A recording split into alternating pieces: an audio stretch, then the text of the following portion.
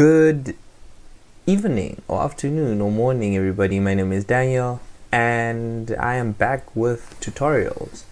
So just to say, in 24 hours you will get another video from me, and then another 24 hours you will get another one and another one, etc. So just watch out for that. In this tutorial we're going to be going through abstraction. This is an object-oriented practice. Everybody that is studying C++ needs to understand abstraction. It may not be necessarily direct in terms of questioning, in terms of in your exams, they may not ask about it directly. However, if you don't understand what abstraction is and what it does, then you may not be able to answer some of the other questions, because they assume that you are using an abstracted class. Okay, so it's very simple. Let's get into it. Now, what I'll do first is that I'll explain what my plan is. My plan for the next couple of videos is we're going to go through abstraction, right? This is today's lesson. We're going to go through overloaded operators. In the next lesson, we'll go through IO streams. We'll go through pointers and dynamic arrays, and then we'll go through arrays and classes and then namespaces. But I may scramble these things a little bit, so just keep checking for videos each and every single day from today onwards. Okay, now what is abstraction? So abstraction in C++, before I start with the coding, I think it's very important for me to explain what abstraction is. Now, I had an example of a remote control right here. If you have a remote control, right,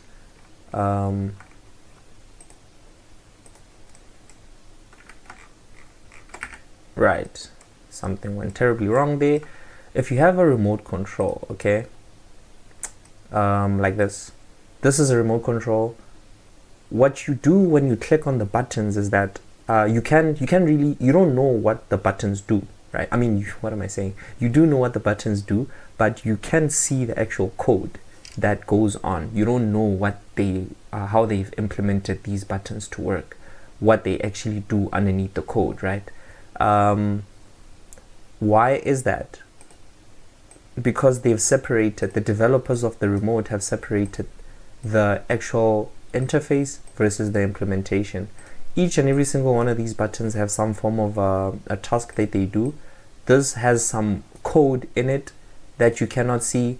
This one also has some code that you cannot see, and also this one as well, right? So basically everything has been separated, just like a moving car. And you excuse my drawing right here, if you have a car, right, and it's moving, I'll just draw a dashboard. If this is your steering wheel and you have a dashboard right here, maybe this is your little gear, this is your screen, and you have a bunch of buttons on the steering wheel, and you also have a lot of buttons on the dashboard.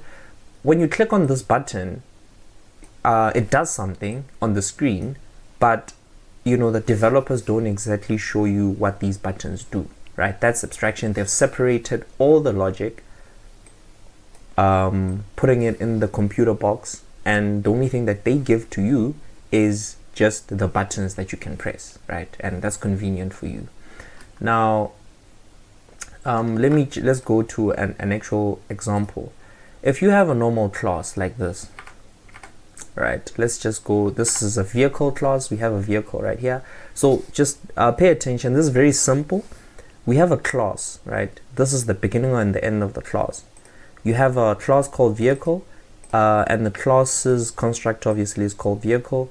The constructor takes in a name and the year of the vehicle, maybe the date of the year of which the car was released, okay, and the name of the vehicle, like maybe a Toyota. And then you have another class called set name.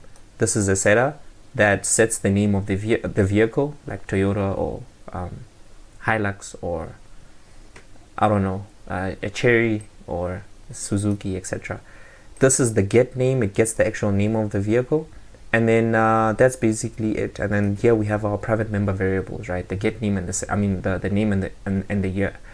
And then all over here at the bottom of the in the main function, you have the actual instantiation of the class, and then you have the set name function being utilized, and then you also have the a new vehicle being declared, or actually a string being declared, and then we're setting the name of the vehicle to the string, and then we're outputting the string.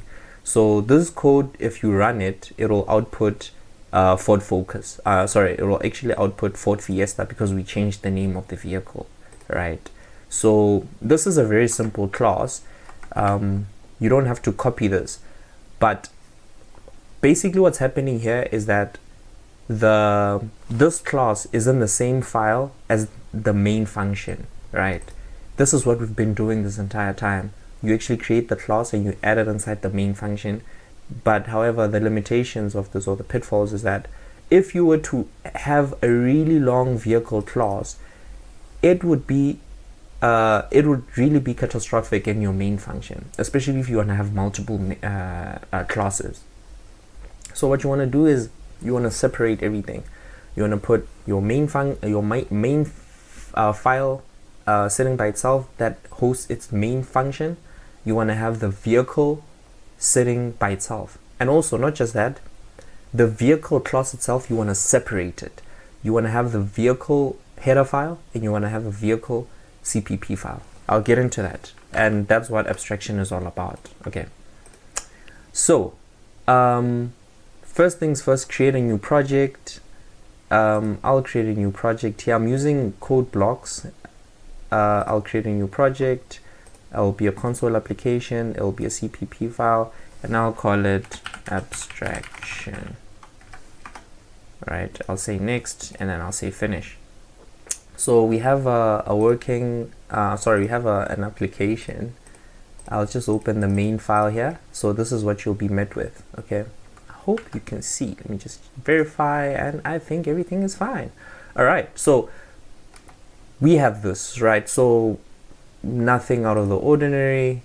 You can just run that just to ensure that it does work, and it does work on my end. Okay, cool. Now, like I said, we can go ahead and declare a vehicle class. If I just copy all of this code here, and then I paste it all of that here, and you don't have to do this. This is what you have, and you can proceed to call the vehicle class in this main function right here. But we don't want to do that, right? We want to abstract, right? Now, before I do that, let me just get rid of this using namespace std. You can leave it there if you want. I prefer to use std, and this will be apparent once we start going through namespaces. Okay, but for now, you can do whatever you want. You don't have to use std. You can use using namespace std. Okay, now, so we want to actually now start calling the vehicle class over here, but first we need to create it. Okay, how you create a class by making it abstract is that you're going to click on file, click on new, and then click on class. Okay, if you click on class, what pops up is this window. If you're using code blocks, if you're using any other IDE, it might look a little different for you. You now have to insert the class name. Now I'm gonna create the class vehicle, right? This is vehicle, and I'm not gonna touch anything else. I'm just gonna click on create. Okay, and then a prompt here pops up. It says add to project. The new class has been created. Do you want to add it to your current project? My answer is yes. And then it's gonna ask me some more questions. I'm just gonna click on OK. Okay, if I zoom into that, this may look a little weird. What's going on here? We have an hashtag include vehicle.h. We have this vehicle. What is this all about? Before we touch any of this, if you go to your side panel, open up, and if you can see what I'm doing, I hope my explanations can be clear so that you can just copy what I'm doing on your computer. You have two files, right? Two folders. Okay, first things first, this side pane has a project. It has symbols, it has files, it has F symbols. Click on project if your IDE is not already on it, and then you'll see src, right? You have your main file. This is your main file that you're used to. Okay, underneath headers, you have an include file. Click on that, click on the include file, and then you'll get a vehicle.h file, and double click on that as well. This is what you're gonna find, right? We'll get into that. Let's just go and try and find the vehicle.cpp file. If you go into SRC, you open it up, you'll find vehicle.cpp, and then if you double click on it, this is what was open when we opened the actual file. Now just save everything, right? Just make sure that all your files are saved. Now we're going to begin. So your main file is the standard. In your vehicle.cpp, this is what you see, and if you just read what you have on your screen, you'll realize that this is all familiar to you, right? They basically declared a class called vehicle. You have a public section where you have a constructor, and then this is called the destructor, right? If you don't have this destructor line here, you don't have to, you just leave it alone. You don't have to actually copy it into the actual class, just leave it. But if you have it, you can just leave it alone as well. We're not going to be dealing with destructors in this video. This is your constructor. And by the way, you don't have to write these comments. You can, if you just want to have these comments there for you so that they can help you whenever you want to study or whatever. You also have a protected section, you have a private section. The protected section, we're not going to be using it in this video. I'm just going to get rid of it. Now, we want to add some skeleton to our declaration class here. So, right, so this is our class. We want to add some things here. Now, I just want to explain something to you, okay? The H file and the CPP file, the difference between these two files is that the H file is just there to just show face. It's like in the car, the interior, it's just the buttons that are there lined up so that the user can just click on them. However, the CPP file is the actual implementation. This is the abstracted part. This is what you hide from the user, okay? This is where the actual code is going to live. Now, keep that in mind, okay? All right, so here we're just going to create a class called vehicle. We have a class. We just want to have this class constructor take in 2 member variables. So, but before we add those in there, inside the private member variables, we're going to have the std. I'm going to have a string, and we'll have the name of the vehicle, and then I'll have the int, which is the year of the vehicle, okay? Inside the constructor, I'll also have std string, right, which will take the name, and then I'll also have the integer, which will take in the year, okay? And then just at the top of this file, and by the way, this if and def and this define hashtags here, if you don't have them, please add them to your .h file. However, code blocks should add these files automatically for you. Always make sure to save your project or save your file whenever you're working on it, okay? I'm gonna have the hashtag include iostream in here, and then I'll also have the hashtag include string, since we're dealing with strings, okay? Now, after that, what we want to do is that, so okay, we've declared our vehicle class. We have a vehicle constructor, destructor. We have the name and the year, which are private member variables. However, we want to have our getters and setters. And if we look back at the previous project that we had, you can see that they had a set name, which was a void, and they had a get name, which returned a string. Okay, so we're just going to copy this. Okay, so I'm just going to go back here, and then underneath inside the public section, so I'm going to have a set name and a get name. A set name will return void, so I'm going to start with void, and I'm going to say set name, and set name is going to take in a std string, which is name. Okay, that's the set name function. And then a get name is going to return a string, std string, and then it's going to be get name, and then it doesn't take any member variables, but we can confidently say that it's not going to alter any variable, so we can just add const right there.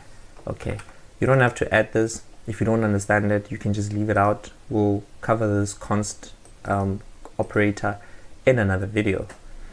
And I think we are done right here. So we're done with the actual interface of the class. Now we can move over to the actual implementation of the class. Okay, so if you go over to vehicle.cpp, right, this is the actual implementation of the class.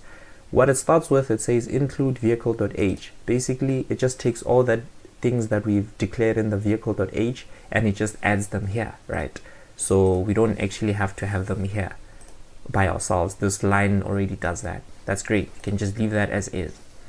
Now you're met with this vehicle and then colon vehicle, and then it continues, and then it also the same with the destructor. Yes, this is actually your constructor. Now you might be confused as to why do we write the word vehicle twice. Now we write the word vehicle here, right, because we want to make it known that this constructor belongs to the class vehicle.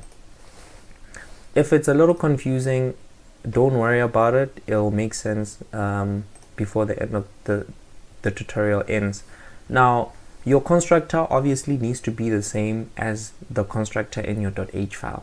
So all the arguments that it takes also needs to be placed in this constructor in the CPP file. So I'll take in std string and then its name, and then I'll also add int year, right?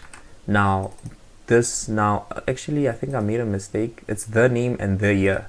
They have to be actually identical, so it'll be the name and then the integer will be the year, like that. Okay, and I can just remove this commented outline here, and in here I can obviously, in the constructor, as you know, you would want to do things like the name is equals, actually you're going to say name is equals to the name, and then you're going to say year is equals to the year, right? We're just taking all these arguments and then setting them to the member variables, our private member variables. Notice that we don't have any of the member variables right here. This is just the implementation. We don't need to redeclare the member variables. We've already done that in the .h file. The constructor, you can just leave that alone. Like I said, we don't have to deal with this in this tutorial.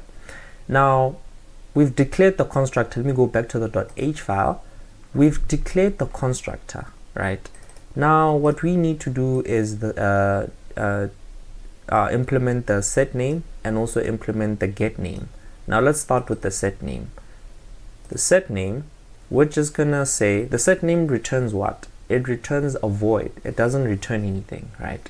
So you start with its type, which is void, and then before you write your set name, you need to write the actual name of the class, right? So vehicle, and then you use something called the scope resolution operator, which is these two colons over here, right? And then we do that, which is colon, and then you write set name, just like how you did in the previous file, and then you continue on as usual, and you open up your curly braces. You're getting ready to actually write your actually meet. Okay, now set name takes in std string, which is name, right? And then in the set name, all we're gonna do is actually I think I made a mistake. This name, I think we should name it something else, right? Let's name it in the vehicle.h. Let's call this new name. Okay, go back to the vehicle.cpp, new name, and then here underneath set name in the implementation, we'll just set name is equals to new name, like that. Okay, we're officially done with our setter. Okay, now let's create the next function, which would be the get name.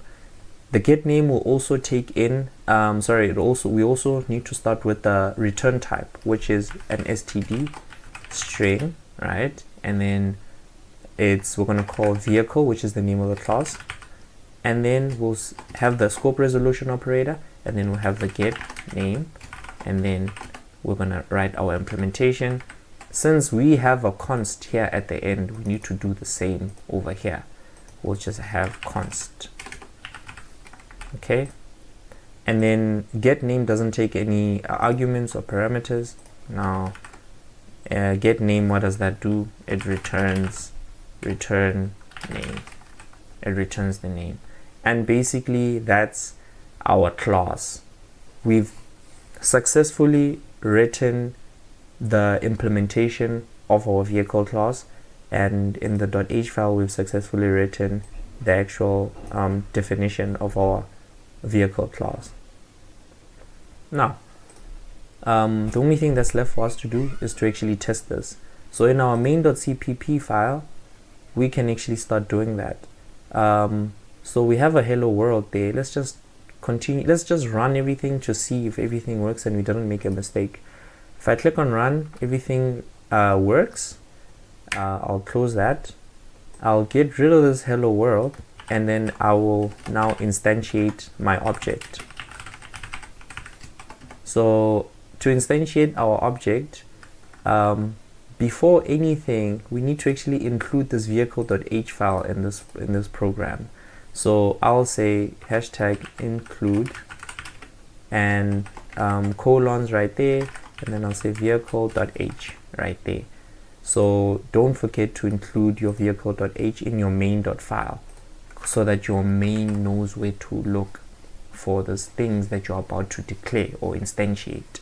So to instantiate, we're going to say vehicle, and we're going to give the vehicle a name. We're going to just say it's a Ford, and then we'll say equals to vehicle, and then we'll pass in the the variables or the initial arguments in the constructor, which is, I'll say this is a Ford Fiesta, and then I'll pass in the year of the make. It will be a 2020 model. Okay, now we have that. Let's just try and actually print out the name, right? So if I go std cout and I go, oh actually cout, I'm gonna print out, I'm gonna say Ford dot get name, which returns a string, and then I can say std end line like that. Now if I run this, look what we have there. We have Ford Fiesta. Isn't that amazing? Now let's just rewind and check what's actually happening right here. Okay, so we have three files. We have the main.cpp file, we have the vehicle.h file, and we have the vehicle.cpp file. So the main file, what it does now is that it just calls whatever class that you created. The benefits now is that the vehicle class, the vehicle implementation is far away. It's not in the same main file, so everything looks cleaner. So to the user who's using the file, which is us in this case, since we're the ones who are calling this this class or instantiating it, we're only given the .h file, right? We don't need to deal with the .cpp file. Usually you only deal with this sort of thing. You're given this interface and you just know, okay, this is our constructor, it takes in the name, it takes in the year. This is my set name, it takes in the a string, which is a name, and it also we also have a function called get name, which just returns a string, which it's going to return the name. So you don't have to deal with the implementation. So with all these files being in different, all these loads being in different files, you are now able to say that you've completely and properly abstracted your CPP class. Now, why is this important? It's important because in your tests and exams, your lecturer just assumes that you already know these things, and you'll be given stuff like this. And if you don't really understand what's going on, then if you don't understand why there's vehicle colon vehicle, and you don't know that this is a scope resolution operator, you're cooked. So it's very important for us to go through these things. And in previous lessons, I mean in the future lessons, we're going to be using this style of formatting going forward. Okay, so I'll see you guys in the next video. This has been a wonderful ride, and please like and subscribe if you're on YouTube, and I'll see you guys next time. Goodbye.